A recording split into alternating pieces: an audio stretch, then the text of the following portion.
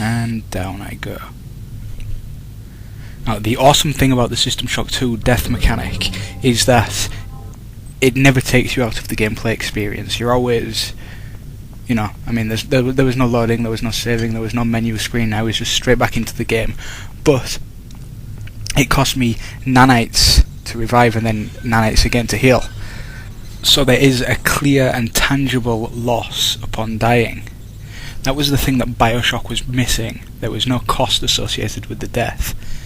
Because, I mean, I really do think it's a perfect death system. It punishes you.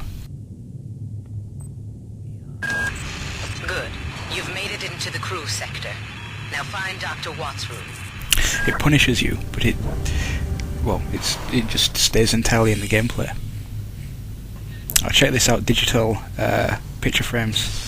That's quite prescient for something from '99, I would think. Since those do exist today now. Since returning from the surface of Tau Ceti 5, the patient has experienced numerous novel phenomena, evidenced by inflammatory nodular growth and the presence of a large worm-like parasite. This morning, the parasite penetrated the subject's chest from the inside and attached one end of itself to the subject's forehead. If I remove it, it could kill the kid. If I leave it... Final diagnosis beats the hell out of me. I'd love to refer this to Medorsky at CDC, but unfortunately he's 67 trillion miles away. I really love that guy's voice. I love most of the voices in System Shock 2. They've done a really good job with the voices and the voice acting in general. It's a hybrid.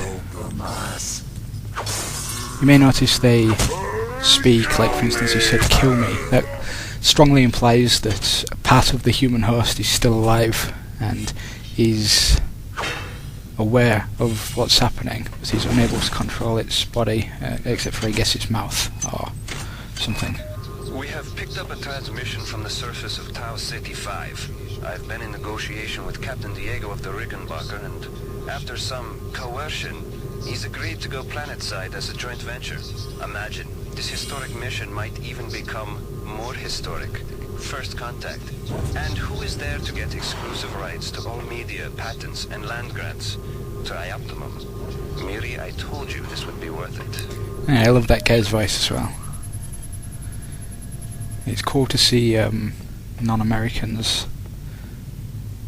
Here's an OS upgrade station. They are like perks, like in Fallout. I can pick 4 over the course of the game, 1 at each station, and they're things like increased melee damage or extra health from hypos and things like that. Now, because I'm playing on impossible difficulty, I'm going to have to get the +5 health thing because I only have 16 health. On any other difficulty level, getting the 5 health would be a stupid waste, but on impossible I just have to get that extra 5 health. Did I mention, by the way, that I'm playing on impossible difficulty? I'd like to skill up my pistols soon, but I have to focus on hack right now. So I'll go with hack. I don't know if I made it clear in previous videos, but there is a cost associated with every single hack attempt. So it's in my best interests to get my hack skill and my cybernetic affinity skill as high as possible to maximize my efficiency. Goddamn Bronson and her stupid procedures. She's changed the code on the MSI to somehow again. Now I've got to head back up to Deck 4 to find out what it is. Somebody's gonna frag her, but good someday. Patient Watson died at 0240 of non-specific causes. Despite zero respiratory and brain function, the body is still displaying autonomous motor function, as does the parasite. At 0847, the patient even spoke to one of the nurses. Autopsy is set for 1630, and then we'll see what makes this Lazarus tick. Yeah, as I was saying earlier, it's nice to hear non-Americans in a game set in the future, in space, because the reality of the future is probably going to be crews like this are going to be like I don't know, maybe 20% American, 20% Chinese, 20% Indian, 20% Russian, and then the rest of the world or something. I don't know, I mean, I'm just speculating wildly, but once these countries catch up, it's, you know, it's just how it's going to be in the future.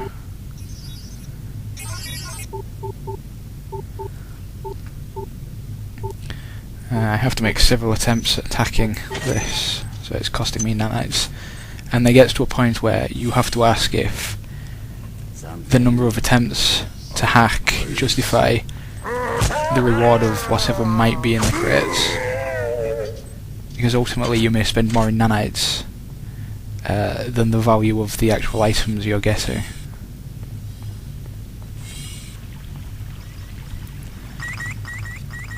That's a security camera. They're kind of generous by turning yellow when they're alerted to you. But at least it's better than Bioshock's giant fucking light showing you what they're looking at.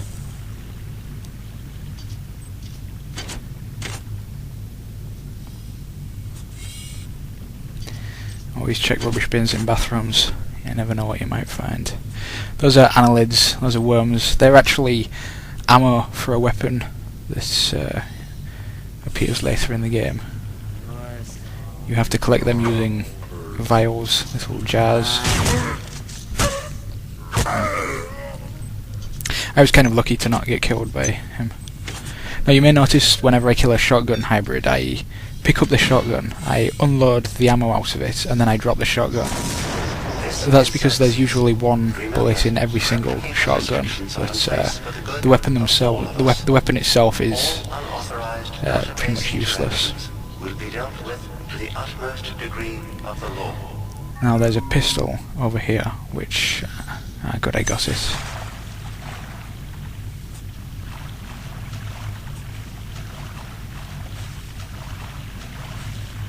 I have several pistols now. Watts isn't here, so he's probably in his office in the R&D sector.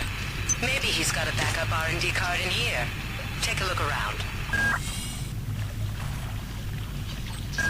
You have not disappointed me. Transmitting cybernetic modules. There's something a little fishy about this woman. The way she says things like, "You have not disappointed me." It's a curious use of language. Now, of course, whenever I'm not recording this, I manage to do this jump on the first time. But since literally tens of people are going to see this video, I do, of course, somehow manage to not be able to... Okay. This is cool. They've put a cool item out in the open to distract you from the real secret, which is around the corner here. Is some modules and the shotgun. That shotgun is usable, but it's I have no plans to use a shotgun.